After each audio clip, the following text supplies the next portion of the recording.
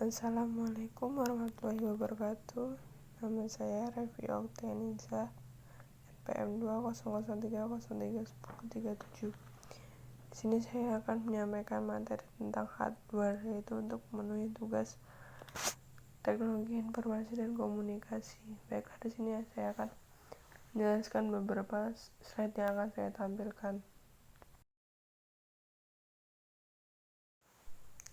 Hardware. Pengertian hardware. Hardware adalah suatu kumpulan komponen fisik yang tersusun pada perangkat komputer, atau dengan bahasa lain, hardware yaitu suatu komponen pada komputer atau elektronik yang memiliki bentuk fisik yang bisa dipegang serta berkaitan dengan sistem komputer.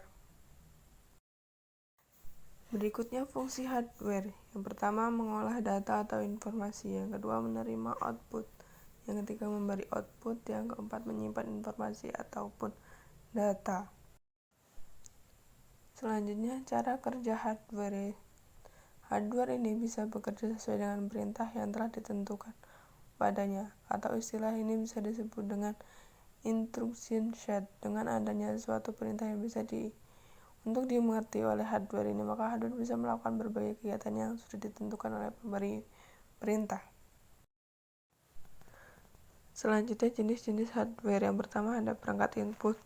Salah satu jenis hardware yang berguna untuk memasukkan informasi maupun data, baik itu dalam bentuk video, teks, gambar, audio, dan lainnya ke dalam sebuah komputer. Contohnya ada mouse, keyboard, dan scanner. Yang kedua, perangkat output merupakan jenis hardware yang berguna dalam menampilkan informasi dan mencetak hasil input data yang user lakukan. Contohnya ada monitor, printer, dan proyektor LCD.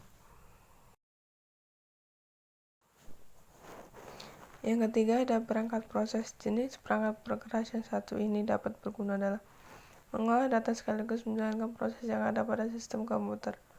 Contohnya ada CPU, VGA, dan RAM. Yang keempat, perangkat untuk menyimpan, atau lebih dikenal dengan perangkat lunak untuk menyimpan, merupakan salah satu jenis hardware yang berfungsi menyimpan data-data komputer. Contohnya hard disk, flash disk, dan optical disk.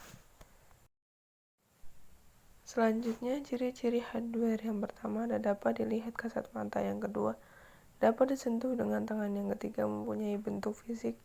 Yang keempat, bersifat keras. Yang kelima, terdapat pada bagian luar sebuah komputer. Yang terakhir, media penengah atau penyambung antara user dengan software.